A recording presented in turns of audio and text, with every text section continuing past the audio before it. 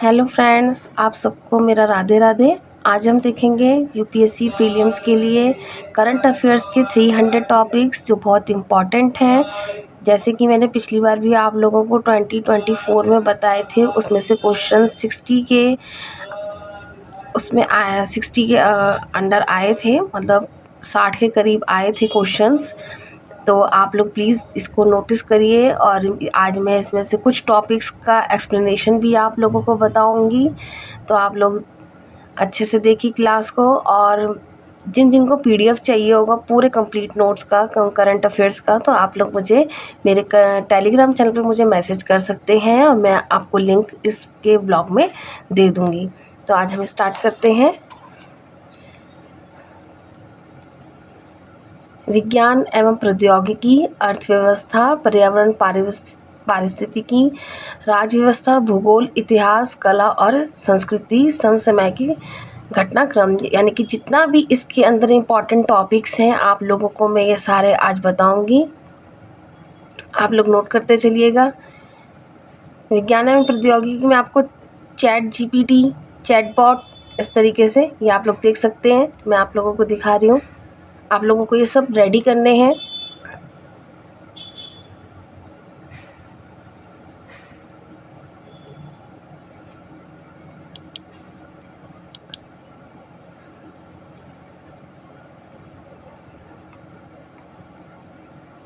क्योंकि यहाँ से क्वेश्चन अक्सर पूछे गए हैं और पूछे जाते हैं। आप लोग पीसीएस के पेपर देखेंगे, आप लोगों को क्वेश्चंस जब देखोगे आप लोग पीवाईक्यू उनके, तो आप लोगों को यहाँ से क्वेश्चंस काफ़ी मिलेंगे देखने को, और आने वाली परीक्षाओं में आप लोगों को ये हेल्प करेंगे। क्योंकि यहाँ से क्वेश्चन, यहीं से क्वेश्चंस कहाँ से जाएंगे, पूछे जाएंगे, यहीं से पूछे जाएंगे, क्योंकि और तो कहीं से पेपर बनता नहीं है, पेपर यहीं बनता है। तो यहीं की जितनी भी चीज़ें हैं, जितनी भी चेंजेस होते हैं, करंट अफेयर्स का है या हिस्ट्री है, आप लोगों का पॉलिटी है, वहीं से जुड़े हुए क्वेश्चंस आते हैं।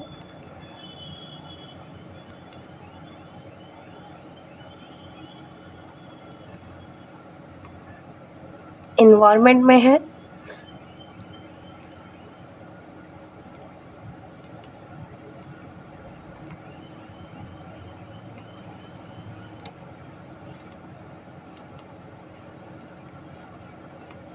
आप लोग इनको अच्छे से नोट कर लीजिए और फिर मैं इनकी एक्सप्लेनेशन आप लोगों को सारे बताऊंगी।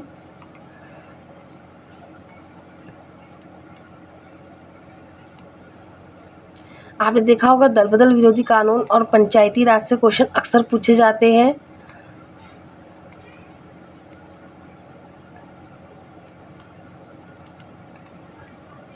इनको हम एक्सप्लेन करके अच्छे से करेंगे। पीवाईक्यू सारे इसके पीवाईक्यू भी करेंगे और इनका जितने भी क्वेश्चंस बनते हैं वो सब करेंगे प्रीलियम्स से पहले पहले, क्योंकि समय कम है, जनवरी मंथ भी फिनिश हो गया है। आप लोगों को ये सारे टॉपिक्स रेडी करने हैं, बस इतना ही करना है आप लोगों को।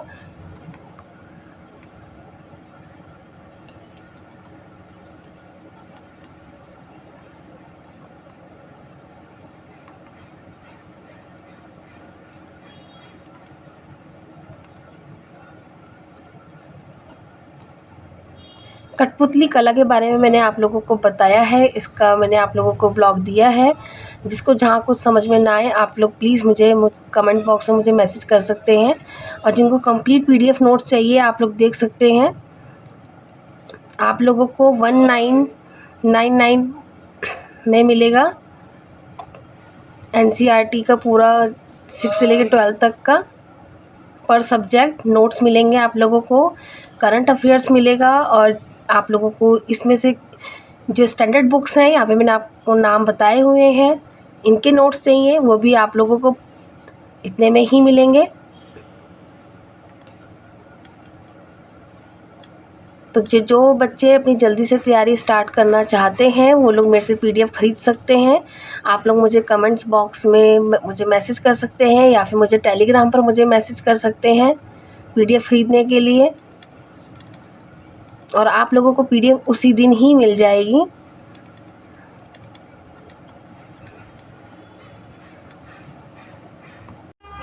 तो हम टॉपिक कुछ स्टार्ट करते हैं। आप लोग इनको नोट करिए और अच्छे से समझिए, क्योंकि यहाँ से क्वेश्चंस आते हैं। और जिनको मेरी इस टेस्ट सीरीज़ का जिनको भी टॉपिक्स की नोट्स की PDF चाहिए, आप लोग यहाँ पर टेलीग्राम पर मुझे मैसेज कर सकते हैं। आज हम देखेंगे, पहला टॉपिक है हमारा चुनावी बॉन्ड।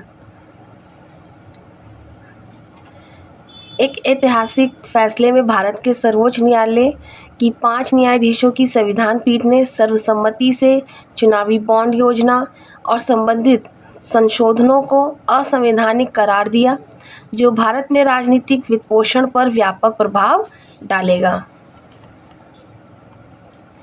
सर्वोच्च न्यायालय ने कहा कि चुनावी बॉन्ड संविधान के अनुच्छेद 19(1)(a) के तहत सूचना के अधिकार का उल्लंघन करते हैं।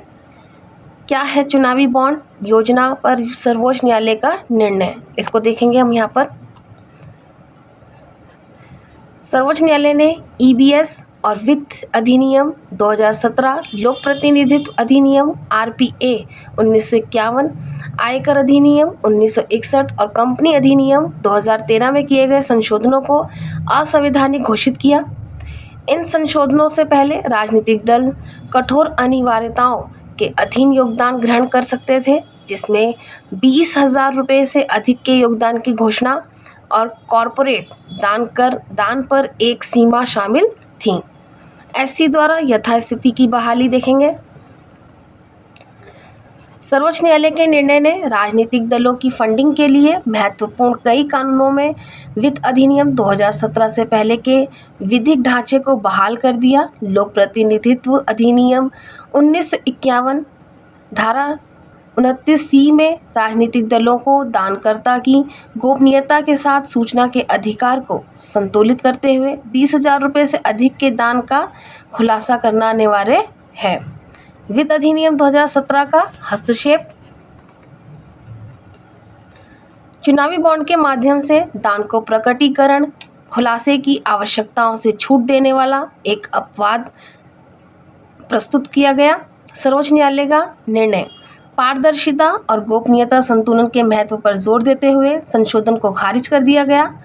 कंपनी अधिनियम 2013 धारा 182 ने कॉरपोरेट दान को प्रतिबंधित कर दिया और एक सीमा निर्धारित, यानी कि पिछले 3 वित्तीय वर्षों के औसत लाभ का 7.5% की तथा प्रकटीकरण खुलासे की आवश्यकताओं को लागू किया। वित्त अधिनियम 2017 का हस्तक्षेप। इसमें कॉरपोरेट दान के लिए सीमा और प्रकटीकरण के दायित्वों को हटा दिया गया। सर्वोच्च न्यायालय का निर्णय चुनावों पर अनियंत्रित कॉरपोरेट प्रभाव संबंधी चिंताओं का हवाला देते हुए संशोधन को रद्द कर दिया गया। आयकर अधिनियम 1961 धारा 13A(b) के तहत 20,000 रुपये से अधिक के दान का रिकॉर्ड रखना अनिवार्य किया गया। वित्त अधिनियम 2017 का हस्तक्षेप। चुनावी बॉन्ड के माध्यम से प्राप्त दान का रिकॉर्ड रखने की आवश्यकताओं से छूट दी गई। सर्वोच्च न्यायालय का निर्णय मतदाताओं के सूचना के अधिकार को बरकरार रखते हुए संशोधन को रद्द कर दिया गया। अनुपातिकता परीक्षण। सर्वोच्च न्यायालय ने इस बात का पता लगाने के लिए अनुपातिकता परीक्षण लागू किया कि इस योजना ने मतदाताओं के सूचना के अधिकार और चुनावी प्रक्रिया की पारदर्शिता का उल्लंघन किया है अथवा नहीं। अनुपातिकता परीक्षण राज्य की कार्रवाई और व्यक्तिगत मौलिक अधिकारों के बीच संतुलन का मूल्यांकन करने के लिए एक महत्वपूर्ण न्यायिक मानक के रूप में कार्य करता है। अनुच्छेद 19(2) सरकार को वाक एवं अभिव्यक्ति की स्वतंत्रता पर उचित प्रतिबंध लगाने की अनुमति देता है। यहाँ पे आप ये वाला पॉइंट नोट करेंगे, जहाँ पे मैंने येलो कलर का ये अंडरलाइन किया हुआ है। यहाँ पर आप लोग इन पॉइंट को स्पेशली जो है इनको आप नोट करेंगे। ये प्रतिबंध भारत की संप्रभुता और अखंडता, राज्य की सुरक्षा, विदेशी राज्यों के साथ मैत्रीपूर्ण संबंधों, सार्वजनिक व्यवस्था, शालीनता या नैतिकता के हित में या न्यायालय की अवमानना, मानहानि या किसी अपराध के लिए उकसाने के संबंध में हो सकते हैं। संविधान भाग 3 में उल्लिखित मौलिक अधिकारों की रक्षा करता है। यहाँ पे ये लाइन आप नोट करेंगे, जिसमें स्वतंत्र अभिव्यक्ति का अधिकार अनुच्छेद 19(1) में है। इन अधिकारों में किसी भी हस्तक्षेप के लिए यह अनिवार्य होगा कि आनुपातिकता परीक्षण के माध्यम से मूल्यांकन किए गए अनुच्छेद 19(2) में निर्दिष्ट उचित प्रतिबंधों का पालन किया जाए। आनुपातिकता परीक्षण को के.एस. पुट्टास्वामी बनाम भारत संघ 2017 के निर्णय में प्रमुखता दी गई। किसमें दी गई ये वाली? के.एस. पुट्टास्वामी बनाम भारत संघ 2017 के निर्णय में प्रमुखता दी गई, जिसमें गोपनीयता की पुष्टि मौलिक अधिकार के रूप में की गई।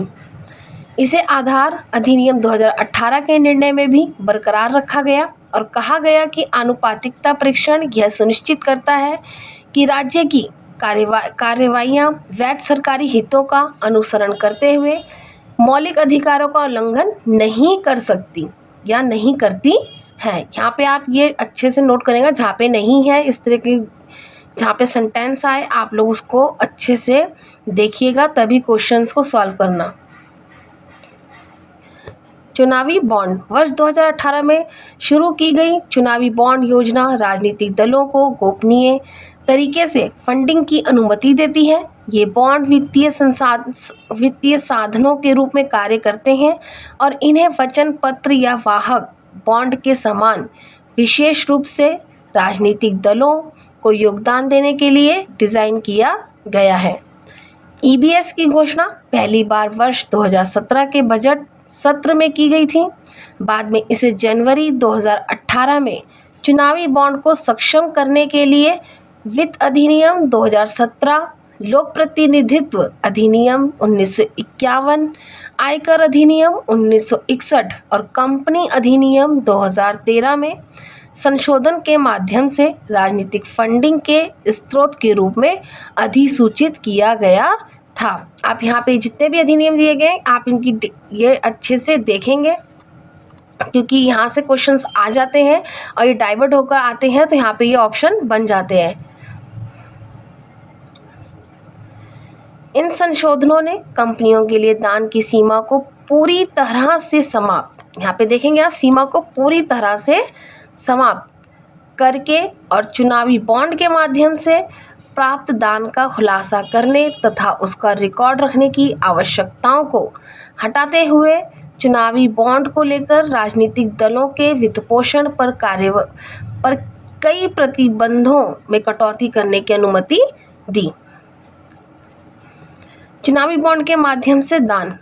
चुनावी बॉन्ड भारतीय स्टेट बैंक यानी कि एसबीआई और इसकी नामित शाखाओं द्वारा जारी किए जाते हैं और 1,000 रुपये, 10,000 रुपये, 1 लाख रुपये, 10 लाख रुपये तथा 1 करोड़ रुपये के कई मूल्य वर्ग में बेचे जाते हैं। दानकर्ता अपने ग्राहक को जाने यानी कि KYC नो योर कस्टमर अनुपालक खाते के माध्यम से चुनावी बॉन्ड खरीद सकते हैं और बाद में राजनीतिक दलों को धन हस्तांतरित कर सकते हैं।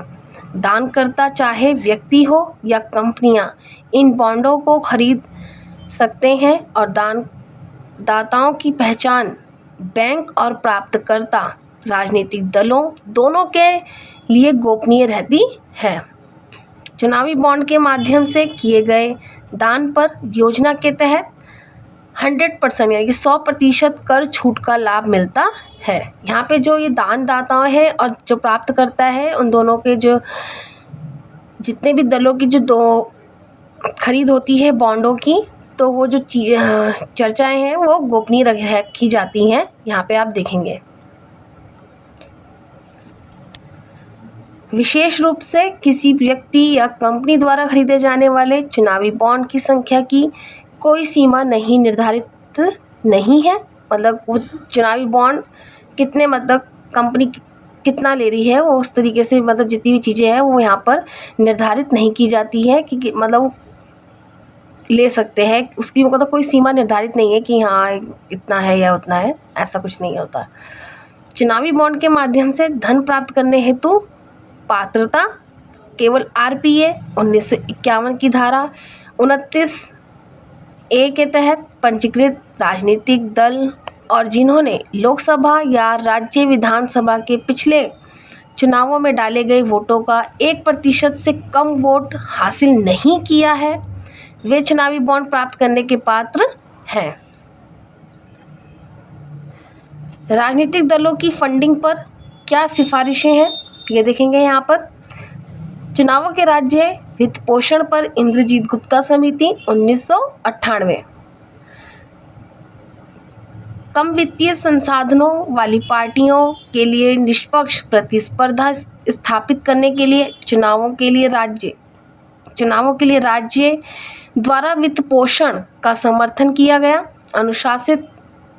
अनुशंसित सीमाएं, राज्य निधि केवल आवंटित प्रतीकों वाले राष्ट्रीय और राज्य दलों को आवंटित किए जाएंगी, स्वतंत्र उम्मीदवारों को नहीं। यहाँ पे ये लाइन आप अच्छे से नोट करेंगे।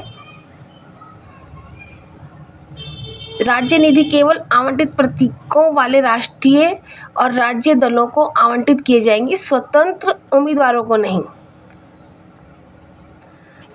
प्रारंभ में मान्यता प्राप्त राजनीतिक दलों और उनके उम्मीदवारों को कुछ सुविधाएं प्रदान करते हुए राज्य वित्त पोषण वस्तु के रूप में प्रदान किया जाना चाहिए। आर्थिक बाधाओं को स्वीकार किया गया। पूर्ण राज्य वित्त पोषण के बजाय आंशिक वित्त पोषण का समर्थन किया। निर्वाचन आयोग की सिफारिशें देखेंगे यहाँ पर।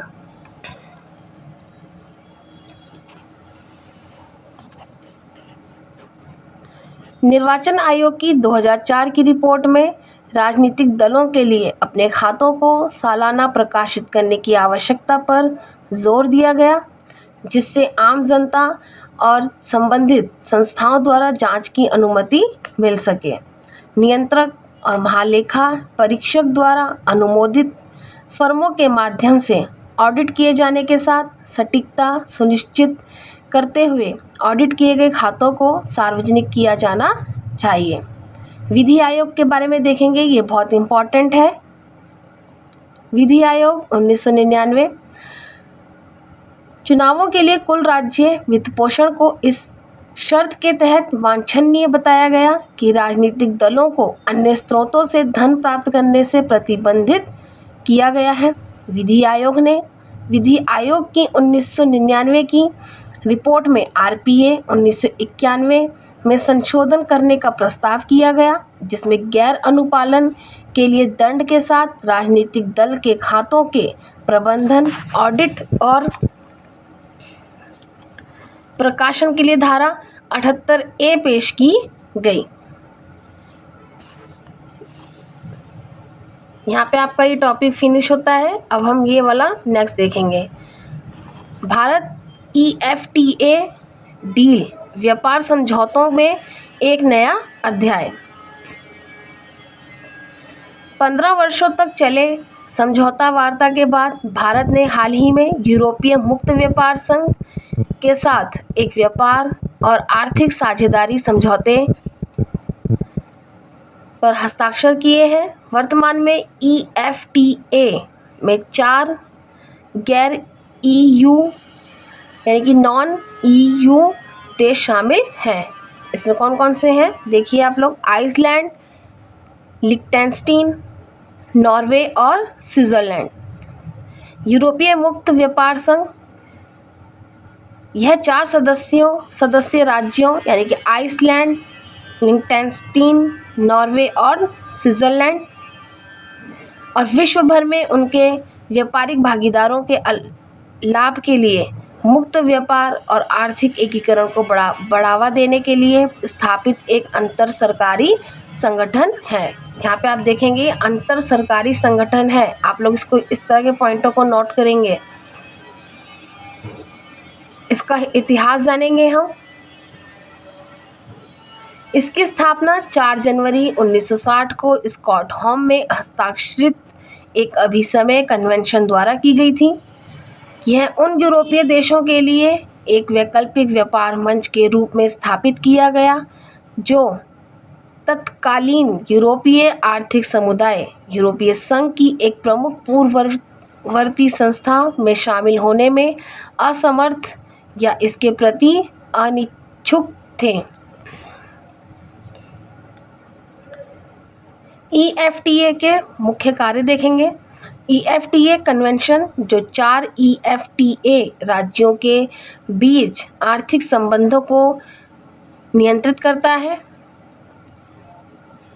उसका आयोजन और इसका विकास करना। यूरोपीय आर्थिक क्षेत्र पर समझौते का प्रबंधन करना, जो यूरोपीय संघ के सदस्य राज्यों और 3 EFTA राज्यों यानी कि आइसलैंड, लिechtenstein और नॉर्वे को एकल बाजार में एक साथ लाता है, जिसे आंतरिक बाजार भी कहा जाता है। इसमें स्विट्जरलैंड शामिल नहीं है। ये 3 होंगे तो यहाँ पर आंतरिक बाजार कहा जाएगा। EFTA के मुक्त व्यापार समझौतों के विश्वव्यापी नेटवर्क का विकास करना। भारत और EFTA वर्ष 2022-2023 के दौरान EFTA देशों को भारत का निर्यात 1.92 बिलियन अमेरिकी डॉलर का था, जबकि आयात 16.74 बिलियन अमेरिकी डॉलर का रहा। वर्ष 2022-23 में भारत और EFTA के बीच द्विपक्षीय व्यापार 18.65 बिलियन अमेरिकी डॉलर का रहा। इन देशों में स्विट्जरलैंड भारत का सबसे बड़ा व्यापारिक भागीदार है, जिसके बाद नॉर्वे का स्थान है। पहले स्विट्जरलैंड है, फिर सेकंड पे है नॉर्वे। स्विट्जरलैंड के साथ भारत वस्तुतः व्यापार घाटे की स्थिति रखता है, जो मुख्य रूप से सोने के आयात के कारण है। भारत और EFTA ने मार्च 2024 में एक व्यापार और आर्थिक साझेदारी समझौते पर हस्ताक्षर किए। व्यापार और आर्थिक भागीदारी समझौता यानी कि TEPA।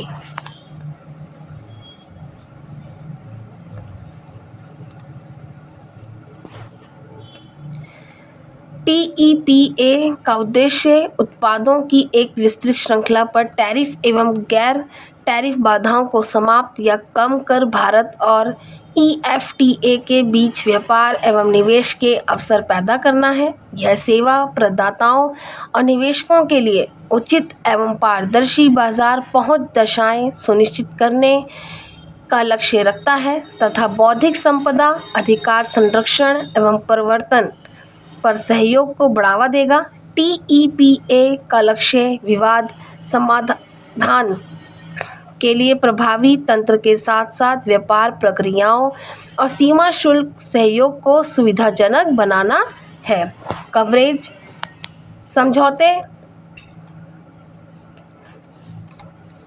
समझौते में 14 अध्याय शामिल हैं, जो माल व्यापार, स्रोत के नियम, बौद्धिक संपदा अधिकार, सेवा व्यापार, निवेश प्रोत्साहन एवं सहयोग, सरकारी खरीद, व्यापार में तकनीकी बाधाएं और व्यापार सुविधा से संबंधित हैं। समझौते की मुख्य बातें देखेंगे हम यहाँ पर। EFTA ने अगले 15 वर्षों में भारत में प्रत्यक्ष विदेशी निवेश के स्टॉक को 100 बिलियन अमेरिकी डॉलर तक बढ़ाने के लिए, निवेश को बढ़ावा देने और ऐसे निवेशों के माध्यम से भारत में 1 मिलियन प्रत्यक्ष रोजगार के सृजन की सुविधा प्रदान करने की प्रतिबद्धता जताई है। उल्लेखनीय है कि इस समझौते के तहत FTAs के इतिहास में पहली बार लक्ष्य उन्मुख निवेश को बढ़ावा देने और रोजगार सृजन करने के लिए कानूनी प्रतिबद्धता जताई गई है। EFTA अपनी 92.2% टैरिफ लाइनों की पेशकश कर रहा है, जो भारत के 99.6% निर्यात को कवर करता है। भारत अपनी 82.7% टैरिफ लाइनों की पेशकश कर रहा है, जो 95% 95.3% EFTA निर्यात को कवर करता है, जिसमें 80% से अधिक आयात सोना यानी कि गोल्ड का है। सोने का प्रभावी शुल्क अछूता बना रहेगा। जितने भी परसेंटेज दिए गए हैं, परसेंटेज अप डाउन होते रहते हैं, तो इतना इम्पॉर्टेंट नहीं है। बाकी जो जितनी भी चीज़ें हैं वो आप लोगों को अच्छे से नोट करनी है, अच्छे से पढ़नी है। EFTA का बाजार प्रस्ताव 100% यानी कि 100% गैर कृषि उत्पाद को कवर करता है और संसाधित कृषि उत्पाद पर टैरिफ रियायत की पेशकश की गई है।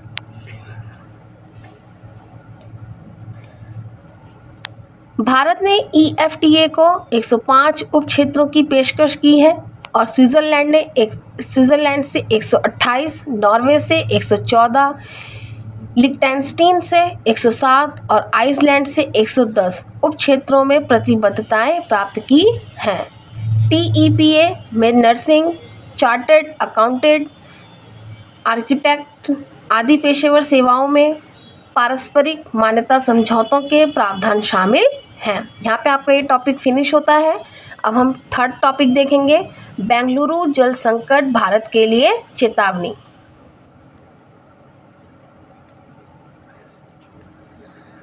बेंगलुरु गंभीर जल संकट का सामना कर रहा है, जिससे विभिन्न क्षेत्रों में जल की गंभीर कमी की स्थिति बनी है। विभिन्न रिपोर्टों के अनुसार कर्नाटक के 236 तालुकों में से 223 सूखे से प्रभावित हैं, जिनमें मांड्या और मैसूरू जिले भी शामिल हैं, जो बेंगलुरु के लिए जल के दो प्रमुख स्रोत हैं। आप जानते हैं करंट अफेयर्स 2 साल का तो कम से कम आता है, तो मैं आप लोगों को उसी के अकॉर्डिंग करा रही हूँ। आप लोग इनको अच्छे से करिए। करंट अफेयर्स के टॉपिक अभी बहुत सारे रहते हैं। भारत में भूजल संकट की वर्तमान स्थिति। जल उपलब्धता का अभाव। विश्व की 17% आबादी के वहन के बावजूद भारत के पास विश्व के मीठे जल संसाधनों का केवल 4% मौजूद है, जिससे इसकी विशाल आबादी की जल आवश्यकताओं को पूरा करना चुनौतीपूर्ण हो गया है। नीति आयोग द्वारा जून 2018 में प्रकाशित समग्र जल प्रबंधन सूचकांक शीर्षक रिपोर्ट में उल्लेख किया गया है कि भारत अपने इतिहास में सबसे गंभीर जल संकट का सामना कर रहा है। इसके लगभग 600 मिलियन लोग चरम जल तनाव का सामना कर रहे हैं और सुरक्षित जल की अपर्याप्त पहुंच के कारण हर वर्ष लगभग 2 लाख लोग मृत्यु का शिकार हो रहे हैं।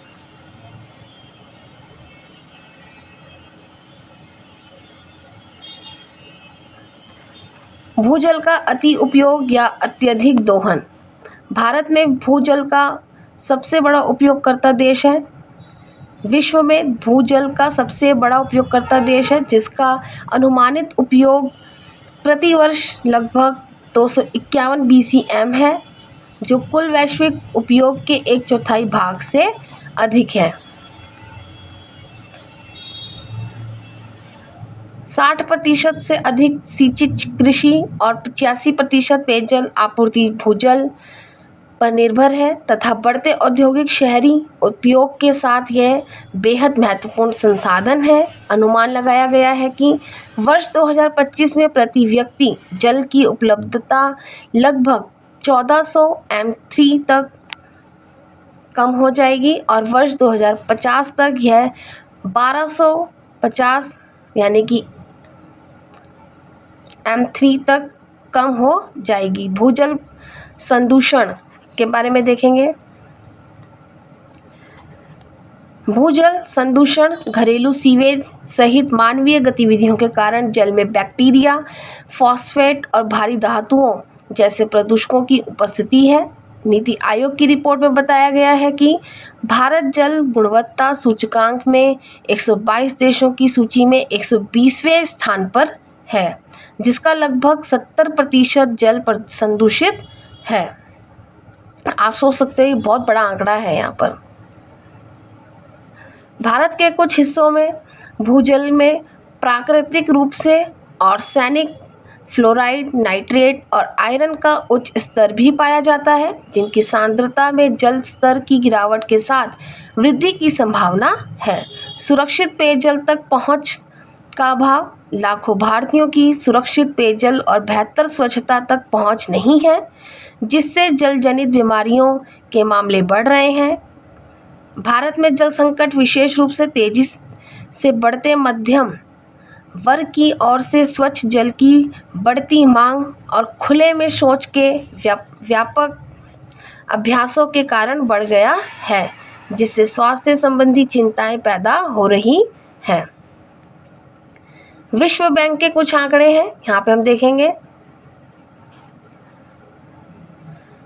163 मिलियन भारतीयों की सुरक्षित पेयजल तक पहुंच नहीं है। 210 मिलियन भारतीयों की बेहतर स्वच्छता तक पहुंच नहीं है। 21% संचारी रोग असुरक्षित जल से संबंध है। भारत में हर दिन 5 वर्ष से कम आयु के 500 बच्चे डायरिया से मर जाते हैं। भविष्य के अनुमान क्या देखेंगे? भविष्य का अनुमान क्या है? नीति आयोग के रिपोर्ट में अनुमान लगाया गया है कि वर्ष 2030 तक देश की जल की मांग उपलब्ध आपूर्ति से दुगनी हो जाएगी, जिससे लाखों लोगों के लिए जल की गंभीर कमी उत्पन्न होगी और अंततः देश की जीडीपी को नुकसान होगा।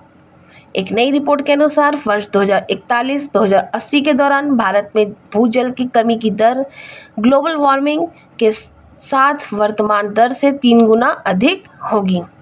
विभिन्न जलवायु परिवर्तन परिदृश्यों में शोधकर्ताओं ने पाया कि वर्ष 2041 से 2080 तक भूजल स्तर में गिरावट का उनका अनुमान वर्तमान गिरावट दर का औसतन 3.26 गुना होगा, जो जलवायु मॉडल और प्रतिनिधि सांद्रता मार्ग परिदृश्य पर निर्भर करेगा। भारत में भूजल संकट से निपटने के लिए प्रमुख सरकारी योजनाएं कौन कौन सी हैं, हम उनको देखेंगे।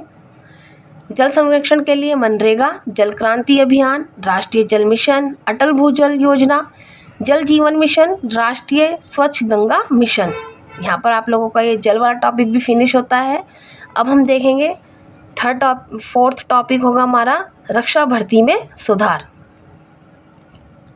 अग्निपथ योजना के बारे में, जब अग्निपथ योजना आई थी तो काफ़ी स्टूडेंट लोगों ने इसका विरोध किया था। आओ अब उसको देखेंगे हम अच्छे से, उसमें क्या क्या सुधार किए गए हैं। यह देशभक्ति की भावना से परिपूर्ण एवं प्रेरित युवाओं को 4 वर्ष की अवधि के लिए सशस्त्र बलों में सेवा करने का अवसर देता है। सेना में शामिल होने वाले इन युवाओं को अग्निवीर के रूप में जाना जाता है। इस योजना के तहत प्रतिवर्ष लगभग 45,000 से 50,000 सैनिकों की भर्ती की जाएगी और इनमें से अधिकांश 4 वर्षों के बाद सेवानिवृत्त कर दिए जाएंगे। तो इसी का विरोध किया गया था। अब इसमें कुछ सुधार हुए हैं, उसको हम देखेंगे।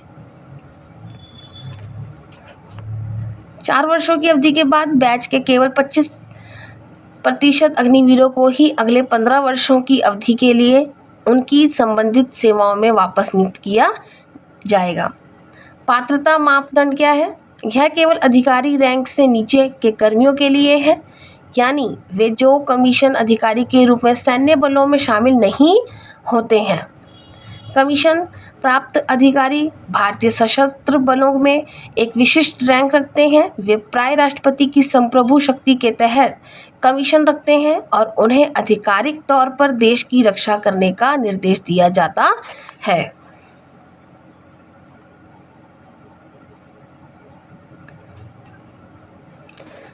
17.5 वर्ष से 23 वर्ष की आयु के उम्मीदवार अग्निपथ योजना के तहत आवेदन करने के पात्र हैं। उद्देश्य देखेंगे। इसमें भारतीय सशस्त्र बलों की औसत आयु प्रोफाइल में लगभग 4 से 5 वर्ष की नमी की कमी आने की उम्मीद है।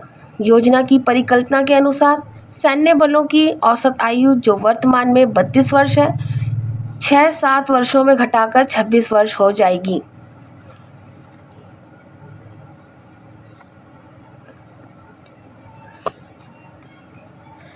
अग्निपथ योजना के संबंध में विभिन्न चिंताएं क्या हैं, ये देखेंगे हम यहाँ पर। ये इम्पॉर्टेंट है।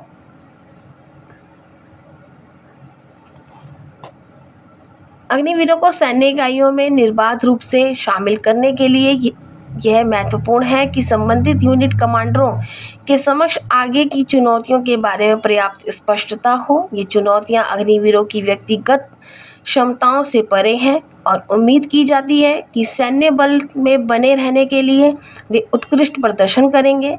ये चुनौतियां अपनी प्रकृति में अधिक अमूर्त हैं और नेतृत्वकर्ताओं का ध्यान आकर्षित करती हैं। पेशेवर क्षमताओं का प्रतिकूल प्रभाव, युवा सैनिकों की बहुत अधिक संख्या, प्रशिक्षण क्षमताओं एवं अवसंरचना की वृद्धि और सैनिकों की अधिकाधिक भर्ती, निर्मुक्ति एवं प्रतिधारण के लिए प्रशासनिक व्यवस्था के आवर्धन से प्रतिकूल प्रभाव उत्पन्न होगा। परिचालन क्षमता का ह्रास, खराब टीथ टू टेल अनुपात रखने वाला सशस्त्र बल टेल को बढ़ा रहा है। भारतीय वायुसेना और भारतीय नौसेना अपने वायु सैनिकों एवं नौसैनिकों को अत्यंत विशिष्ट भूमिकाओं में नियुक्त करती हैं, जिनके लिए तकनीकी कौशल और उच्च स्तर के प्रशिक्षण एवं अनुभव की आवश्यकता होती है। क्योंकि अल्पकालिक संविदा सैनिक मॉडल यानी कि अग्निपथ योजना को संगठनात्मक स्तर पर पूरी तरह से लागू होने में कुछ वर्ष लगेंगे। इस योजना से T3R अनुपात के और बढ़ने का जोखिम है।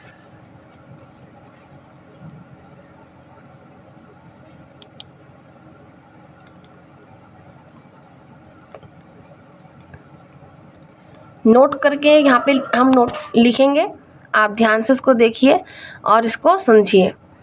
टीथ टू टेल अनुपात यानी कि T3R सैन्य रणनीति एवं योजना निर्माण में प्रयुक्त एक अवधारणा है जो लड़ाकू बलों और सहायक कर्मियों के अनुपात को प्रकट करता है।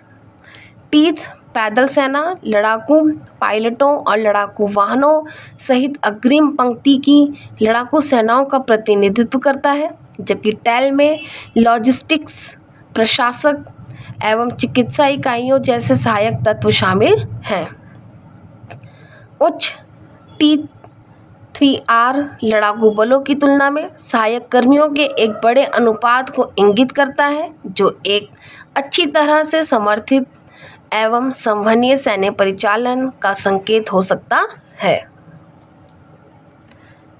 वर्ग आधारित भर्ती को अखिल भारतीय सर्वश्रेणी भर्ती से प्रतिस्थापित किया जाना। स्वरूप में ऐसा भारी परिवर्तन सशस्त्र बल के लिए उपयुक्त नहीं होगा, क्योंकि यह भारतीय सेना के संगठनात्मक प्रबंधन, नेतृत्व संरचनाओं एवं परिचालन दर्शन के आधार पर चोट करेगा। भले ही भारतीय सेना में सैनिक पेशेवर रूप से प्रशिक्षित होते हैं, वे अपनी सामाजिक पहचान से भी प्रेरणा ग्रहण करते हैं, जहां प्रत्येक सैनिक अपने जाति समूह या अपने ग्राम या अपने सामाजिक परिवेश में समकक्षों के बीच अपनी प्रतिष्ठा की परवाह करता है। भरोसे और सहयोग की कमी को बढ़ावा। विभिन्न स्तरों के अनुभव और प्रेरणा रखने वाले सैनिकों के प्रशिक्षण, एकीकरण एवं तैनाती में बड़ी समस्याएं उत्पन्न होंगी। 25% अल्पकालिक अनुबंधित सैनिकों को सेवा में बनाए रखने हेतु उनकी पहचान के मानदंड के परिणाम स्वरूप अस्वस्थ प्रतिस्पर्धा की स्थिति बन सकती है। एक संगठन जो विश्वास, सौहार्द एवं बंधुत्व की भावना पर निर्भर करता है, वह विजेताओं एवं पराजितों यानी कि जो सेवा में बने रहते हैं और जो सेवा मुक्त कर दिए जाते हैं के बीच प्रतिद्वंदिता एवं ईर्ष्या से जूझने के लिए विवश हो सकता है, यानी कि विशेष रूप से अनुबंध के अंतिम वर्ष में। राज्यवार कोटा की समाप्ति।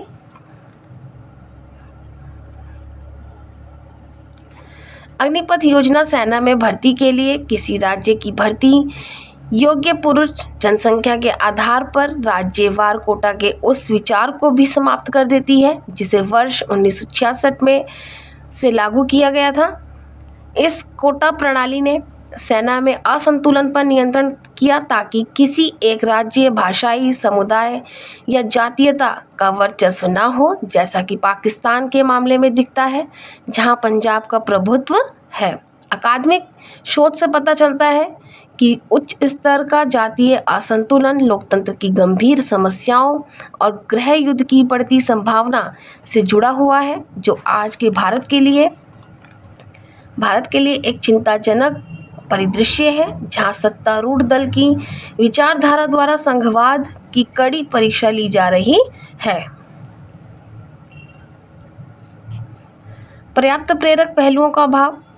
भारत में भारतीय सेना ने अब तक वेतन, वर्दी और प्रतिष्ठा प्रदान की है, जो अंग्रेजों से विरासत के रूप में ग्रहण की गई, जो जीवन दशाओं सैनिकों के परिवारों के लिए सुविधाओं और सेवानिवृत्ति के बाद के लाभ एवं पुरस्कार जैसे भूमि अनुदान का ध्यान रखते हैं। एक अल्पकालिक संविदा सैनिक, जिसे पेंशन भी नहीं मिलेगा, अपनी सैन्य सेवा के बाद ऐसी नौकरियां करते हुए देखा जाएगा जो स्थिति एवं प्रतिष्ठा में सैन्य सेवा जैसे सम्मान के पेशे के अनुरूप नहीं होगा।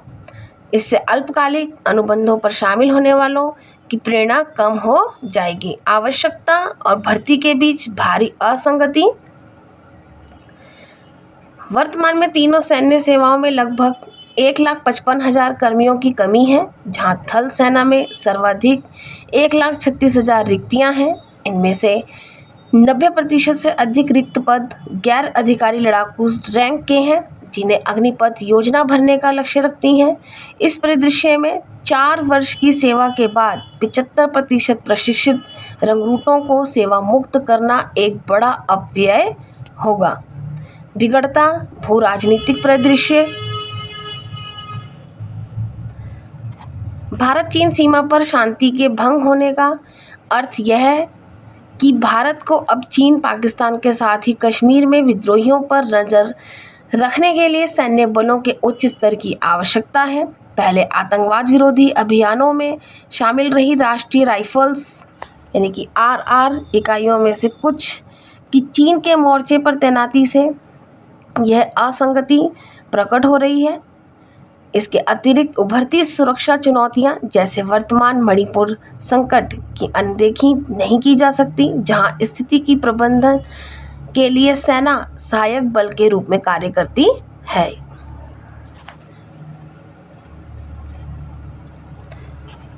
सेवानिवृत्त अग्निवीरों के लिए अपर्याप्त अवसर। अर्थव्यवस्था सेवानिवृत्त अग्निवीरों को किस हद तक आत्मसात करेगी या उनका स्वागत करेगी, यह उनके कौशल और उन्हें प्राप्त प्रशिक्षण पर निर्भर करेगा।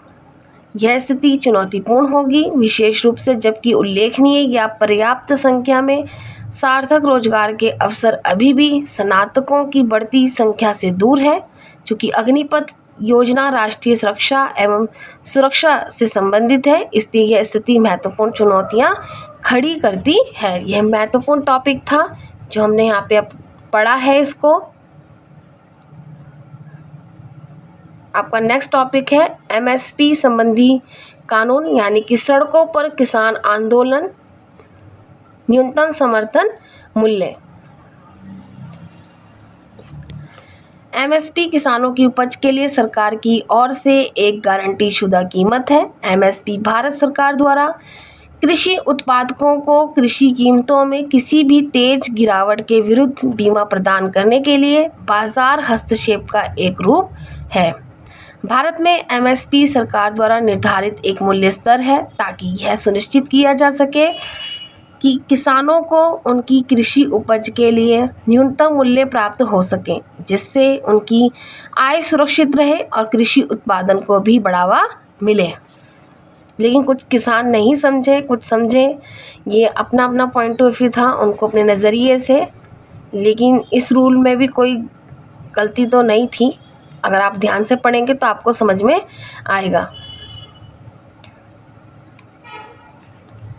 MSP के अंतर्गत शामिल फसलें। सरकार 22 निर्दिष्ट फसलों के लिए MSPS और गन्ने के लिए उचित एवं लाभकारी मूल्य यानी कि FRP की घोषणा करती है। गन्ने पे आप ध्यान देंगे कि गन्ने पे FRP की पर है और बाकी 22 फसलों पर MSP है। इन निर्दिष्ट फसलों में खरीफ मौसम की 14 फसलें, रबी की 6 फसलें और 2 अन्य वाणिज्यिक फसलें शामिल हैं। फसलों की सूची इस प्रकार है, आप देखेंगे यहाँ पर मैंने दे रखा है।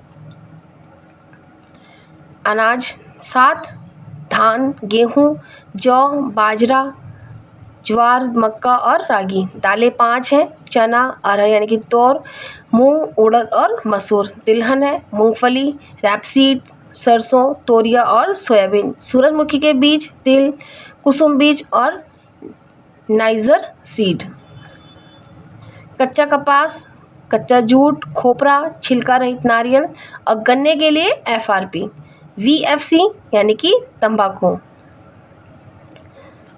वर्तमान में 23 फसलों के लिए MSP अधिसूचित किया जाता है, लेकिन खरीद गेहूं और धान के लिए की जाती है, जो सार्वजनिक वितरण प्रणाली की आवश्यकताओं को पूरा करती है। MSP की गणना सरकार कृषि लागत एवं मूल्य आयोग द्वारा की गई सिफारिशों के आधार पर इसकी घोषणा करती है, जिसमें MSP निर्धारित करने के लिए 3 प्रमुख सूत्रों का विवरण दिया गया है। A2 किसी विशेष फसल के उत्पादन में किसान की लागत, इसमें बीज, उर्वरक, कीटनाशक, पट्टे पर लगी गई भूमि, किराए पर प्राप्त श्रम, मशीनरी और ईंधन पर व्यय जैसे कई इनपुट शामिल होते हैं। A2+FL यानी कि किसान की लागत और पारंपरिक श्रम का मूल्य।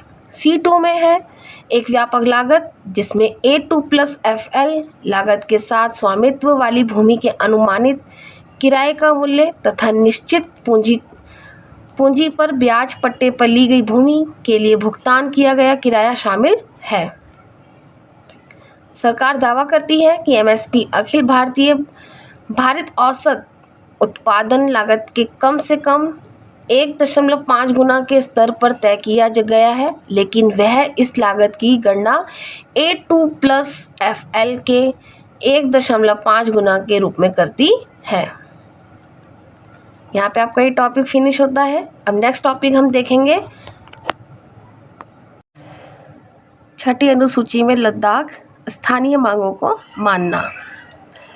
हाल के दिनों में लद्दाख में राज्य का दर्जा और संविधान में अपनी पहचान बनाए रखने को लेकर व्यापक विरोध प्रदर्शन हुए। प्रदर्शनकारी मांग कर रहे हैं कि लद्दाख का राज्य का दर्जा पुनर्बहाल किया जाए। उल्लेखनीय है कि वर्ष 2019 में लद्दाख को विधानसभा रहित केंद्र शासित प्रदेश बना दिया गया था। उनकी यह मांग है कि लद्दाख को छठी अनुसूची के तहत एक जनजातीय क्षेत्र के रूप में मान्यता दी जाए। साथ ही लेह और कारगिल दोनों जिलों के लिए संसदीय सीट स्थापित की जाए तथा स्थानीय लोगों को नौकरी में आरक्षण दिया जाए।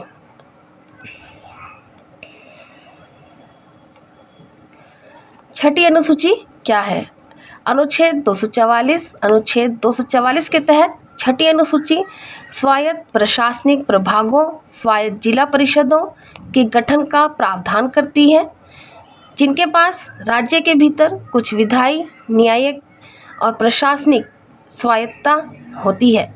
वर्तमान स्थिति छठी अनुसूची में 4 पूर्वोत्तर राज्यों असम, मेघालय, त्रिपुरा और मिजोरम। यहाँ पे आप ध्यान से नोट करेंगे, पूर्वोत्तर राज्य जो है 4 छठी अनुसूची में असम, मेघालय, त्रिपुरा और मिजोरम में जनजातीय क्षेत्रों के प्रशासन के लिए विशेष प्रावधान किए गए हैं। स्वायत्त जिले, इन 4 राज्यों में जनजातीय क्षेत्रों को स्वायत्त जिलों के रूप में गठित किया गया है। राज्यपाल के पास स्वायत्त जिलों को सुगठित और पुनर्गठित करने का अधिकार है। जिला परिषद, प्रत्येक स्वायत्त जिले में एक जिला परिषद होती है, जिसमें 30 सदस्य होते हैं। इनमें से 4 राज्यपाल द्वारा नामित होते हैं और शेष 26 वयस्क मताधिकार के आधार पर चुने जाते हैं। यहाँ पे आप ये अच्छे से नोट करेंगे, क्योंकि इस तरह के सेंटेंस बहुत आते हैं ऑप्शन में देकर क्वेश्चंस को में, तो आप वहाँ कंफ्यूज ना हो। तो इस तरीके से आप अच्छे से याद रखेंगे कि परिषद में 30 सदस्य होते हैं और 4 राज्यपाल द्वारा और 26 वयस्क मताधिकार के द्वारा चुने जाते हैं। परिषद की शक्तियाँ। जिला और क्षेत्रीय परिषदें एवं अपने अधिकार क्षेत्र के तहत क्षेत्रों का प्रशासन करती हैं। वे कुछ निर्दिष्ट मामले जैसे भूमि, जंगल, नहर का पानी, झूम खेती, ग्राम प्रशासन, संपत्ति उत्तराधिकार, विवाह एवं तलाक, सामाजिक रीति रिवाज आदि पर कानून बना सकती है। लेकिन ऐसे भी सभी कानूनों के लिए राज्यपाल की सहमति की आवश्यकता होती है। वे जनजातियों के बीच मुकदमों की सुनवाई के लिए ग्राम परिषदों या अदालतों का गठन कर सकती हैं। वे उनसे अपील भी सुनती हैं। इन मुकदमों और मामलों पर उच्च न्यायालय का क्षेत्राधिकार राज्यपाल द्वारा निर्दिष्ट किया जाता है। जिला परिषद जिले में प्राथमिक विद्यालयों, औषधालयों, बाजारों, घाटों, मत्स्य पालन, सड़कों आदि की स्थापना, निर्माण या प्रबंधन कर सकती है। उन्हें भू राजस्व की आकलन एवं संग्रहण करने और कुछ निर्दिष्ट कर लगाने का अधिकार भी दिया गया है।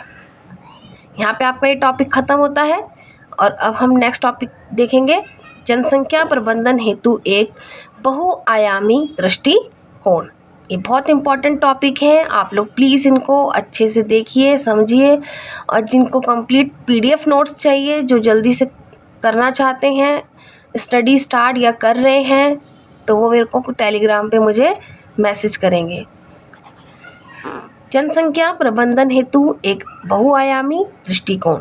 संयुक्त राष्ट्र के नवीनतम अनुमानों के अनुसार भारत की जनसंख्या वर्ष 2030 तक 1.46 बिलियन तक पहुंचने की उम्मीद है, जो विश्व की अनुमानित आबादी की 17% होगी। जबकि भारत में 1970 के दशक तक अभूतपूर्व जनसंख्या वृद्धि का अनुभव हुआ। उसके बाद से इसकी विकास दर सुस्त हुई है और प्रजनन स्तर में लगातार गिरावट आ रही है। यह गिरावट जो कुल प्रजनन दर में परिलक्षित होती है, भारत की जनसांख्यिकीय प्रक्षेप पथ को आकार देने में सहायक रही है। TFR के वर्ष 2009 से 11 में 2.5 से घटकर वर्ष 2031 से 35 में 1.73 तक पहुंचने के अनुमान के साथ भारत एक जनसांख्यिकीय संक्रमण का साक्षी बनेगा, जहां यह बच्चों की आबादी के घटते अनुपात और कार्यशील आयु आबादी के बढ़ते अनुपात से चिन्हित होगा। भारत में वर्तमान जनसंख्या वृद्धि के रुझान क्या है, ये बहुत इम्पॉर्टेंट है। ये इस तरह का आपको मेंस में आ सकता है, तो आप वहाँ पर लिख सकते हैं। जनसंख्या वृद्धि में गिरावट। अखिल भारतीय स्तर पर 1971 से 81 के बाद से जनसंख्या की प्रतिशत दशकीय वृद्धि दर में गिरावट आ रही है। EAG राज्यों उत्तर प्रदेश, उत्तराखंड, बिहार, झारखंड, मध्य प्रदेश, छत्तीसगढ़, राजस्थान और उड़ीसा के मामले में उल्लेखनीय गिरावट पहली बार वर्ष 2011 की जनगणना के दौरान देखी गई थी। भारत की TFR में गिरावट। राष्ट्रीय परिवार स्वास्थ्य सर्वेक्षण 4 और 5 के बीच राष्ट्रीय स्तर पर TFR 2.2 से घटकर 2.0 हो गई है। भारत में केवल 5 राज्य ऐसे हैं जो प्रजनन क्षमता के प्रतिस्थापन स्तर 2.1 से ऊपर है। ये राज्य हैं बिहार, मेघालय, उत्तर प्रदेश, झारखंड और मणिपुर। प्रतिस्थापन स्तर की प्रजनन क्षमता कुल प्रजनन दर को इंगित करती है, यानी प्रति महिला पैदा होने वाले बच्चों की औसत संख्या, जिस पर आबादी बिना किसी प्रवासन के एक पीढ़ी से दूसरी पीढ़ी में स्वयं को प्रतिस्थापित करती है। मृत्यु दर संकेतकों में सुधार। जन्म के समय जीवन प्रत्याशा में उल्लेखनीय सुधार देखा गया है, जो वर्ष 1947 के 32 वर्ष से बढ़कर वर्ष 2019 में 70 वर्ष हो गया। NFHS 5 के अनुसार शिशु मृत्यु दर 32 प्रति 1000 जीवित जन्म है जो ग्रामीण क्षेत्रों के लिए औसतन 36 और शहरी क्षेत्रों के लिए 23 के स्तर पर है। परिवार नियोजन में वृद्धि NFHS 5 के अनुसार अखिल भारतीय स्तर पर और पंजाब को छोड़कर लगभग सभी चरण 2 राज्यों केंद्र शासित प्रदेशों में समग्र गर्भनिरोधक प्रसार दर 54% से बढ़कर 66% हो गई है। जीवन प्रत्याशा में सुधार देखेंगे। संयुक्त राष्ट्र जनसंख्या कोष की विश्व जनसंख्या स्थिति रिपोर्ट 2023 के अनुसार भारतीय पुरुष के लिए औसतन जीवन प्रत्याशा 71 वर्ष और महिलाओं के लिए 74 वर्ष अनुमानित की गई है। विकसित भूभागों के मामले में पुरुषों के लिए औसत जीवन प्रत्याशा 77 वर्ष और महिलाओं के लिए 83 वर्ष, जो सब में सर्वाधिक है, होने का अनुमान लगाया गया। कम विकसित भूभागों के मामले में यह आयु पुरुषों के लिए 70 वर्ष और महिलाओं के लिए 74 वर्ष है, जबकि कम विकसित देशों में यह पुरुषों के लिए 63 वर्ष और महिलाओं के लिए 98 वर्ष है। प्रबल जनसंख्या के लाभांश। भारत की जनसंख्या बड़े कार्यबल के मामले में एक महत्वपूर्ण लाभ प्रदान करती है, जो आर्थिक विकास को गति देने में मदद कर सकती है। भारत की 68% आबादी 15 से 64 वर्ष के आयु वर्ग में है, जो कार्यशील या कार्य करने में सक्षम आबादी में उल्लेखनीय योगदान प्रदान करती है।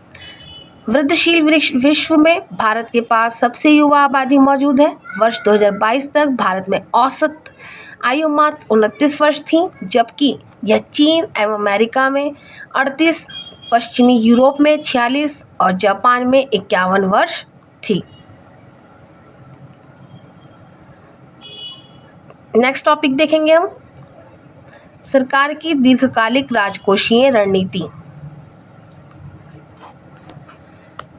आर्थिक सिद्धांत सुझाव देता है कि सरकारों को तब अधिक व्यय करना चाहिए जब निजी कंपनियों एवं परिवारों में आत्मविश्वास की कमी हो और वे व्यय नहीं कर रहे हों। निजी कंपनियों एवं परिवारों में आत्मविश्वास की बहाली और उनके द्वारा पुनः व्यय बढ़ाने के बाद सरकार को अपने व्यय को रोक लेना चाहिए। यह प्रतिचक्रीय राजकोषीय रणनीति विकास को सुचारू बनाती है और इसे अधिक संवहनीय बनाती है।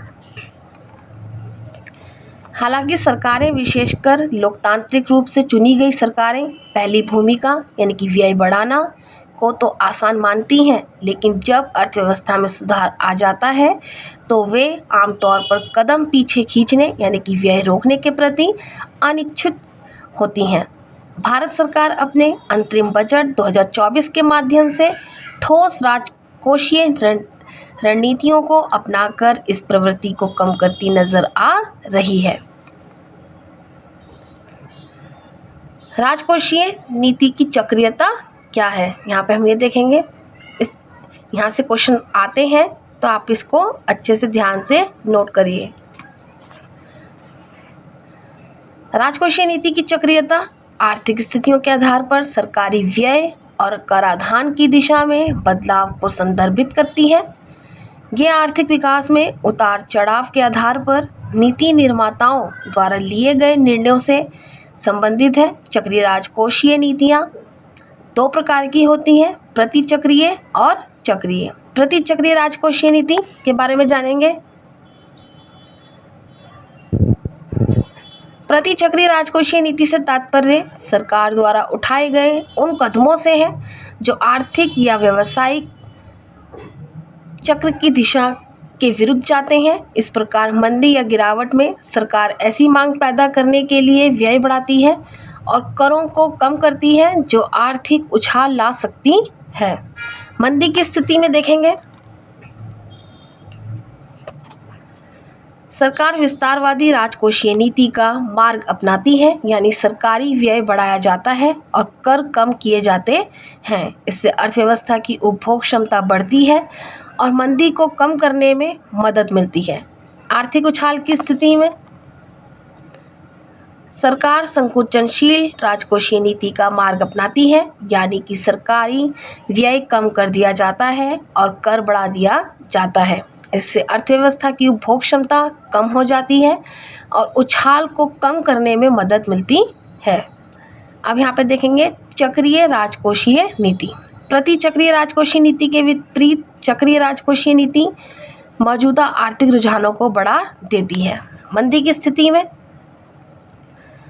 सरकारी व्यय कम किया जाता है और कर बढ़ाया जाता है। इससे कुल मांग में और कमी आती है और मंदी बढ़ती है। उच्च बेरोजगारी उत्पन्न होती है और आर्थिक विकास धीमा होता है। जब समय पहले से ही कठिन हो तो इस दृष्टिकोण को कटौती के रूप में देखा जा सकता है, जिससे व्यवसायों और व्यक्तियों के लिए उबरना कठिन हो जाता है। अब आर्थिक उछाल की स्थिति में देखेंगे इसको।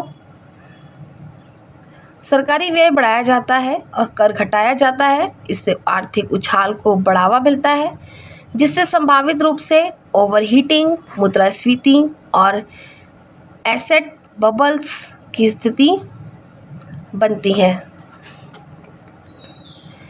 अनुकूल समय में अतिरिक्त व्यय का उपभोग करना आकर्षक लग सकता है, लेकिन यह कमजोरियां पैदा कर सकता है और अपरिहार्य मंदी गिरावट को और भी गंभीर बना सकता है। यहाँ पर आपका ये टॉपिक फिनिश होता है। अब हम नेक्स्ट टॉपिक देखेंगे आर्टिकल 370 यानी कि अनुच्छेद 370 सर्वोच्च न्यायालय का फैसला। 11 दिसंबर 2023 को भारत के माननीय सर्वोच्च न्यायालय ने अनुच्छेद 370 और 35A के निरस्तीकरण पर अपना ऐतिहासिक निर्णय सुनाया। इस निर्णय के माध्यम से न्यायालय ने भारत की संप्रभुता एवं अखंडता की पुष्टि की, जिसे प्रत्येक भारतीय अपने मन में संजो कर रखता है। सर्वोच्च न्यायालय में माना कि 5 अगस्त 2019 को अनुच्छेद 370 को निरस्त करने का सरकार का निर्णय, जिसने तत्कालीन जम्मू कश्मीर राज्य के विशेष दर्जा को समाप्त कर दिया, संवैधानिक एकीकरण को बढ़ावा देने के लिए लिया गया था, न कि विघटन के लिए। न्यायालय ने इस तथ्य को भी स्वीकार किया कि अनुच्छेद 370 अपनी प्रकृति में अस्थायी था, यानी कि टेम्परेरी था। अनुच्छेद 370 के बारे में जानेंगे हम।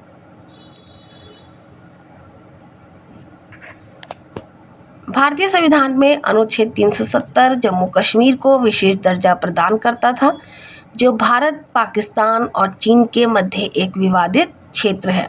इसका मसौदा भारतीय संविधान सभा के सदस्य एन गोपाल स्वामी अयंगर ने तैयार किया था और इसे वर्ष 1949 में अस्थायी उपबंध यानी कि टेम्परेरी प्रोविजन के रूप में संविधान में जोड़ा गया था। इसने राज्य को अपना संविधान एवं ध्वज रखने के साथ ही रक्षा, विदेशी मामले एवं संचार को छोड़कर अधिकांश मामलों में स्वायत्तता रखने की अनुमति दी। यह विलय पत्र की शर्तों पर आधारित था। यहाँ पर ये नोट करेंगे आप लाइन कि यह विलय पत्र की शर्तों पर आधारित था, जिस पर वर्ष 1947 में पाकिस्तान के आक्रमण के बाद भारत में शामिल होने के लिए जम्मू कश्मीर के शासक हरि सिंह ने हस्ताक्षर किए थे। सरकार ने अनुच्छेद 370 को किस प्रकार निरस्त किया, ये देखते हैं। ये इम्पॉर्टेंट है। यहाँ पर राष्ट्रपति का आदेश।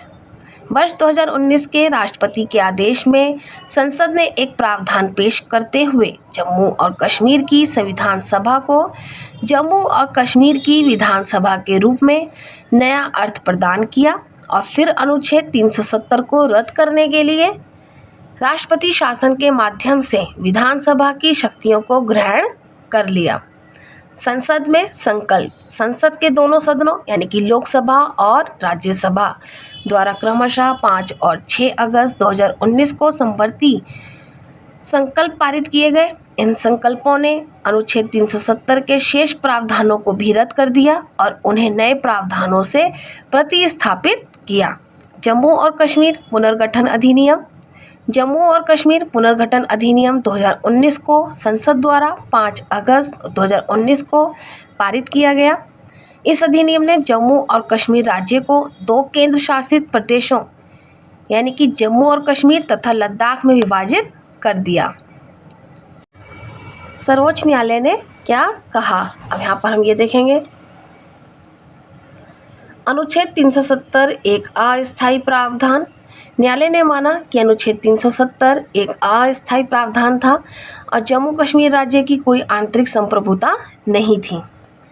न्यायालय ने माना कि अनुच्छेद 370 2 प्राथमिक कारणों से एक अस्थायी प्रावधान था। इसने एक संक्रमणकालीन उद्देश्य की पूर्ति की, जो थी जम्मू कश्मीर की संविधान सभा की स्थापना के लिए एक अंतरिम व्यवस्था करना, जिससे राज्य संविधान का मसौदा तैयार करना था। इसका उद्देश्य वर्ष 1947 में राज्य में व्याप्त युद्ध जैसी स्थिति के मद्देनजर जम्मू कश्मीर के भारत संघ में एकीकरण को आसान बनाया था। राज्यपाल राज्य विधानमंडल की सभी या कोई भी भूमिका ग्रहण कर सकता है। न्यायालय ने एस.आर. बोम्मई बनाम भारत संघ 1994 मामले के ऐतिहासिक निर्णय, जो राष्ट्रपति शासन के तहत राज्यपाल की शक्तियों एवं सीमाओं से संबंधित है, का हवाला देते हुए यह माना, राज्यपाल राज्य विधानमंडल की सभी या कोई भी भूमिका ग्रहण कर सकता है।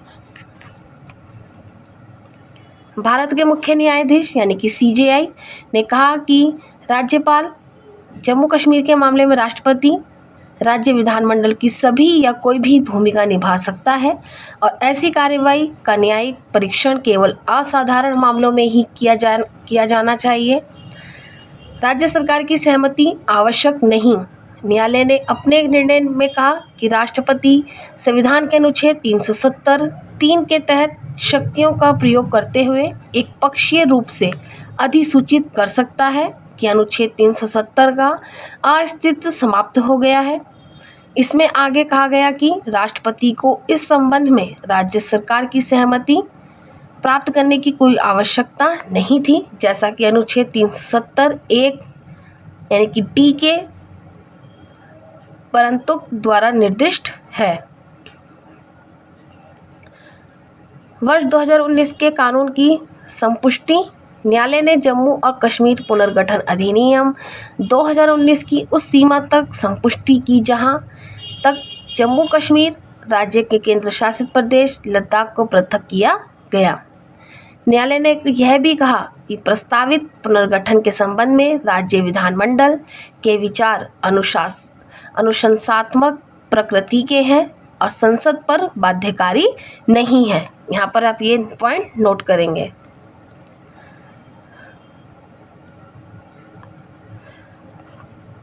राष्ट्रपति शासन के दौरान संसद महज विधि निर्मात्री संस्था नहीं। मुख्य न्यायाधीश ने कहा कि राष्ट्रपति शासन के तहत किसी राज्य में संसद की शक्ति महज विधि निर्माण तक ही सीमित नहीं है, इसका विस्तार कार्यकारी कार्यवाही तक भी होता है। न्यायालय ने यह भी कहा कि जब अनुच्छेद 356 के तहत कोई उद्घोषणा प्रवर्तन में होती है, तब ऐसे कई निर्णय होते हैं जो केंद्र सरकार द्वारा दिन प्रतिदिन के प्रशासन के उद्देश्य से राज्य सरकार की ओर से लिए जाते हैं। राज्य की ओर से केंद्रीय कार्यकारिणी द्वारा लिया गया प्रत्येक निर्णय और कार्यवाही चुनौती के अधीन नहीं है। प्रत्येक निर्णय को खुली चुनौती देने से अराजकता और अनिश्चितता की स्थिति उत्पन्न होगी। चुनाव कराने के साथ राज्य का दर्जा बहाल करना। न्यायालय ने यह भी कहा कि जम्मू कश्मीर का राज्य का दर्जा जल्द से जल्द बहाल किया जाना चाहिए। उसने आदेश दिया कि जम्मू कश्मीर की विधानसभा के चुनाव 30 सितंबर 2024 तक संपन्न करा लिए जाएं। सत्य और सुलह आयोग की स्थापना। न्यायमूर्ति कौल ने अपने सहमति राय में दक्षिण अफ्रीका में रंगभेद के बाद स्थापित आयोग की तर्ज पर एक सत्य और सुलह आयोग की स्थापना का प्रस्ताव किया, ताकि 1980 के दशक में जम्मू कश्मीर में राज्य और गैर राज्य अभिकर्ता दोनों द्वारा मानवाधिकारों के उल्लंघन को संबोधित किया जा सके। अनुच्छेद 370 को क्यों हटाया गया? ये देखेंगे हम यहाँ पर। एकीकरण और विकास। अनुच्छेद 370 ने जम्मू कश्मीर के भारतीय संघ में पूर्ण एकीकरण में बाधा डाली, अलगाववाद की भावना पैदा की और राज्य के विकास को बाधित किया। यह माना जा रहा था कि पूर्ण एकीकरण से जम्मू कश्मीर के लोगों के लिए संसाधनों, अवसंरचना और अवसरों तक बेहतर पहुंच की स्थिति बनेगी। राष्ट्रीय सुरक्षा क्षेत्र में आतंकवाद और अलगाववाद का समर्थन करने के लिए पाकिस्तान द्वारा अनुच्छेद 370 का दुरुपयोग किया जा रहा था। इसे निरस्त करने से भारत सरकार के इस क्षेत्र पर अधिक नियंत्रण होने और आतंकवादी गतिविधियों पर नकेल कसने के रूप में राष्ट्रीय सुरक्षा सुदृढ़ होगी। भेदभाव समाप्त करना। अनुच्छेद 370 जम्मू कश्मीर में महिलाओं, दलितों और हाशिए पर स्थिति अन्य समूहों के विरुद्ध भेदभाव करता था। इसे निरस्त करने से ये समूह भारतीय कानूनों के दायरे में आ जाएंगे और उन्हें समान अधिकार एवं अवसर प्राप्त होंगे। पारदर्शिता और जवाबदेही। अनुच्छेद 370 ने जम्मू कश्मीर के शासन में पारदर्शिता और जवाबदेही की कमी पैदा की। इसके निरसन से राज्य केंद्रीय सतर्कता आयोग यानी कि CVC और सूचना का अधिकार अधिनियम RTI के दायरे में आ जाएगा, जिससे बेहतर प्रशासन एवं जवाबदेही सुनिश्चित होगी। यहाँ पर आर्थिक समृद्धि देखेंगे। ये जितने भी येलो कलर से मैंने इसको हाईलाइट किया है, आप लोग ये पॉइंट अच्छे से याद करेंगे, क्योंकि इस तरह से पॉइंट भी आ सकते हैं, कभी कभी सेंटेंस नहीं आता है। अनुच्छेद 370 ने जम्मू कश्मीर में आर्थिक विकास को बाधित किया। इसे निरस्त करने से क्षेत्र में अधिक निवेश, पर्यटन और रोजगार सृजन की अनुमति मिलेगी। अनुच्छेद 370 के निरसन का प्रभाव यहाँ पे इसको देखेंगे।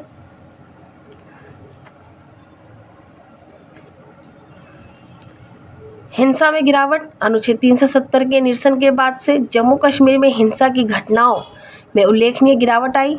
आधिकारिक आंकड़ों के अनुसार पिछले 4 वर्षों में आतंकवादी घटनाओं की संख्या में 50% से अधिक की कमी आई है और सुरक्षा बलों ने 300 से अधिक आतंकवादियों को मार गिराया है। इसका श्रेय कई कारकों के संयोजन को दिया जा सकता है, जिनमें सुरक्षा उपायों की वृद्धि, खुफिया सूचनाओं का बेहतर संग्रहण और उग्रवाद के लिए सार्वजनिक समर्थन में गिरावट शामिल है। बेहतर आर्थिक विकास। सरकार ने जम्मू कश्मीर में आर्थिक विकास को बढ़ावा देने के लिए कई पहलें लागू की हैं, जैसे प्रधानमंत्री विकास पैकेज यानी कि PMTP और औद्योगिक विकास योजना IDS। इन पहलों से क्षेत्र में निवेश, रोजगार सृजन और आर्थिक विकास में वृद्धि हुई है। केंद्र शासित प्रदेश के रूप में जम्मू कश्मीर में कर राजस्व में 31% की वृद्धि देखी गई। वर्ष 2022 से 23 के दौरान जम्मू कश्मीर की GSDP स्थिर कीमतों पर 8% की दर से बढ़ी, जबकि राष्ट्रीय स्तर पर यह 7% रही।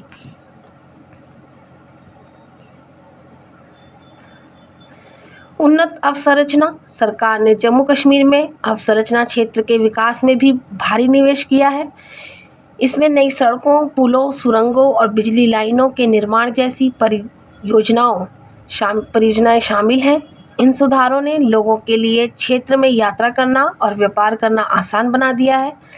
पर्यटन में वृद्धि। अनुच्छेद 370 के निरस्त होने के बाद से जम्मू कश्मीर आने वाले पर्यटकों की संख्या में व्यापक वृद्धि हुई है। बेहतर सुरक्षा, बेहतर विपणन और नई पर्यटन पहलों की शुरुआत सहित विभिन्न कारकों के संयोजन से यह संभव हुआ है। एक रिपोर्ट के अनुसार जम्मू कश्मीर में वर्ष 2022 में 1.62 करोड़ पर्यटक आए, जो भारत की स्वतंत्रता के 75 वर्षों में सर्वाधिक है। यहाँ पर आपका ये टॉपिक भी फिनिश होता है। अब हम नेक्स्ट टॉपिक देखेंगे, भारत में आरक्षण। कई राजनीतिक विशेषज्ञों और अन्य लोगों की राय है कि भारत में आरक्षण प्रणाली को अब समाप्त कर दिया जाना चाहिए। इसके साथ ही कई लोगों का तर्क है कि सकारात्मक कार्यवाही संबंधी विमर्श को विवाद के रूप में वर्गीकृत करना आरक्षण से लाभान्वित हो रहे समुदायों के संघर्ष एवं प्रत्याशा की अनदेखी करता है। आरक्षण प्रणाली के समर्थक आरक्षण के प्रबल प्रभाव को उजागर करते हैं, जहां वह इस बात पर बल देते हैं कि यह अवांछनीय लाभ नहीं है, बल्कि भारतीय संविधान द्वारा चिन्हित गंभीर सामाजिक हानियों को दूर करने का एक साधन है। भारत में आरक्षण प्रणाली भारत की सदियों पुरानी जाति व्यवस्था देश में आरक्षण प्रणाली की उत्पत्ति के लिए जिम्मेदार है। सरल शब्दों में कहें तो यह आबादी के कुछ वर्गों के लिए सरकारी नौकरियों, शैक्षणिक संस्थानों और यहाँ तक कि विधायिका तक पहुँच को सुविधाजनक बनाने में संबंधित है। इन वर्गों को अपनी जातीय पहचान के कारण ऐतिहासिक रूप से अन्याय का सामना करना पड़ रहा है। कोटा आधारित सकारात्मक कार्यवाही के रूप में आरक्षण को सकारात्मक भेदभाव के रूप में भी देखा जा सकता है।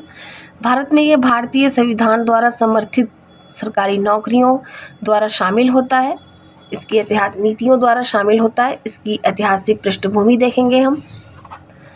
जाति आधारित आरक्षण प्रणाली की परिकल्पना सर्वप्रथम वर्ष 1882 में विलियम हंटर और ज्योतिराव फुले द्वारा की गई थी। वर्तमान में जो आरक्षण प्रणाली मौजूद है वह सही अर्थों में वर्ष 1933 में शुरू की गई थी, जब ब्रिटिश प्रधानमंत्री रैमजे मैकडॉनल्ड ने सांप्रदायिक अधिनिर्णय या कम्युनल अवार्ड प्रस्तुत किया था। इस अधिनिर्णय के में मुसलमानों, सिखों, भारतीय ईसाइयों, एंग्लो इंडियन, यूरोपियों लोगों द्वारा दलितों के लिए अलग निर्वाचन क्षेत्रों का प्रावधान किया गया। लंबी चर्चा के बाद गांधी और अंबेडकर ने पूना पैक्ट पर हस्ताक्षर किए, जहां यह निर्णय लिया गया कि आरक्षण के कुछ प्रावधानों के साथ एकल हिंदू निर्वाचन क्षेत्र की व्यवस्था होगी। स्वतंत्रता के बाद यानी कि आज़ादी के बाद प्रारंभ में आरक्षण केवल अनुसूचित जाति और अनुसूचित जनजाति के लिए प्रदान किया गया था।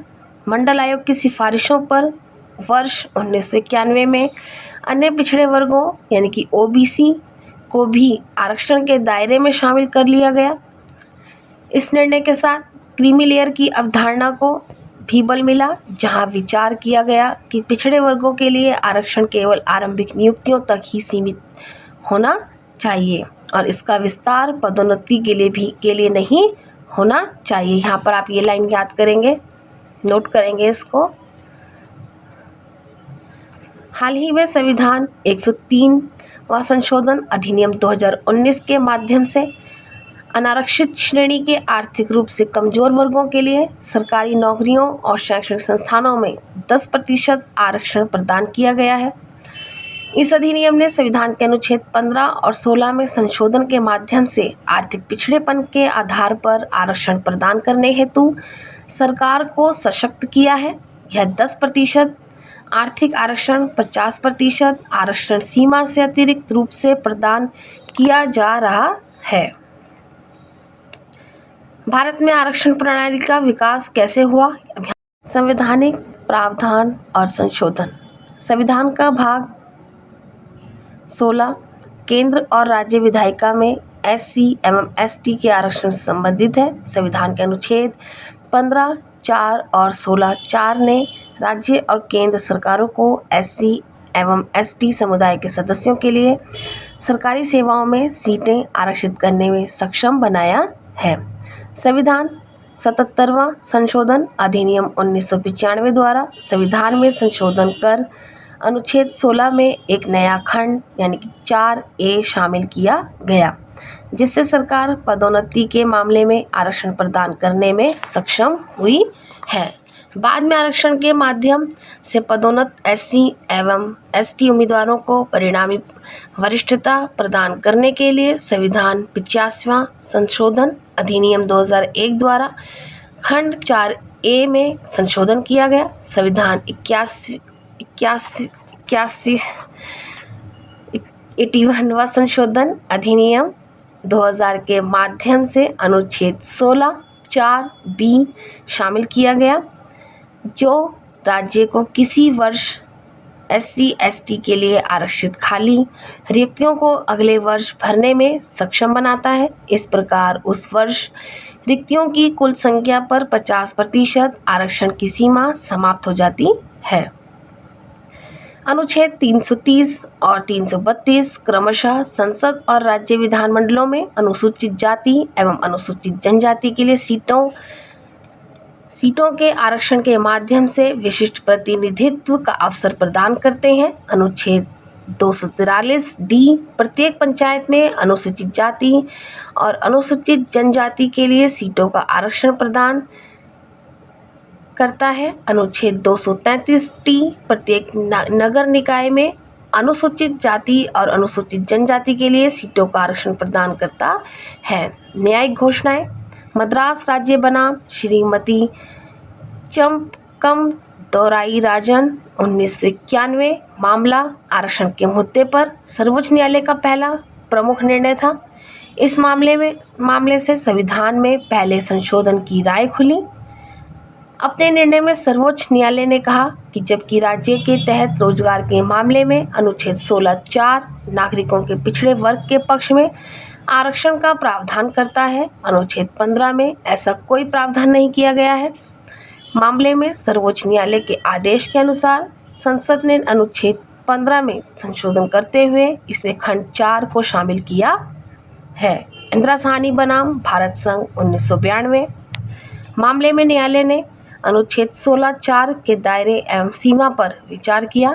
न्यायालय ने कहा है कि ओबीसी के क्रीमी लेयर को आरक्षण के लाभार्थियों की सूची से बाहर किया जाना चाहिए। पदोन्नति में आरक्षण लागू नहीं होना चाहिए और कुल आरक्षित कोटा 50% से अधिक नहीं होना चाहिए। इसकी प्रतिक्रिया में संसद ने 77वां संविधान संशोधन अधिनियम पारित किया, जिसके माध्यम से अनुच्छेद 16(4)(a) को शामिल किया गया। यह अनुच्छेद राज्य को सार्वजनिक सेवाओं में पदोन्नति के मामले में SC एवं ST समुदाय के पक्ष में सीटें आरक्षित करने की शक्ति प्रदान करता है।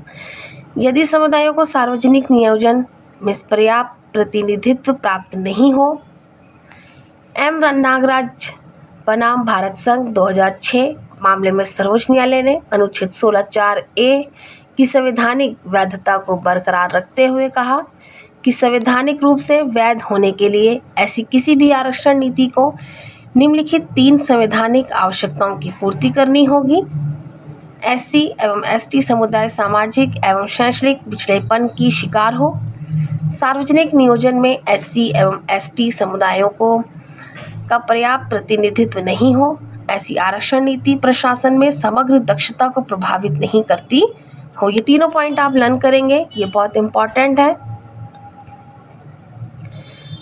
जर्नैल सिंह बनाम लक्ष्मी नारायण गुप्ता 2018 मामले में सर्वोच्च न्यायालय ने कहा कि पदोन्नति में आरक्षण प्रदान करने के लिए राज्य को अनुसूचित जाति और अनुसूचित जनजाति के पिछड़ेपन पर मात्रात्मक डेटा एकत्र करने की आवश्यकता नहीं है।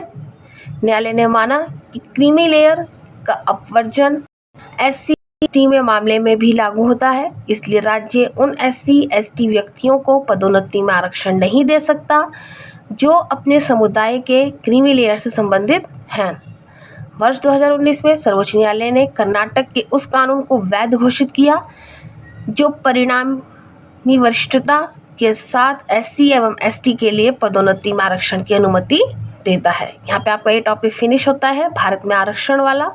अब नेक्स्ट टॉपिक है FRA 2006 को समझना, न्याय संरक्षण और चुनौतियाँ। बाकी के बचे हुए टॉपिक हम कल करेंगे और जिनको भी PDF चाहिए पूरे कंप्लीट टॉपिक्स की जिनको स्टडी स्टार्ट करना है वो मेरे टेलीग्राम चैनल पे मुझे मैसेज करेंगे। आपने स्टडी को कंटिन्यू करें और थैंक यू मेरे चैनल को देखने के लिए। प्लीज़ शेयर करें और आप सबको राधे राधे।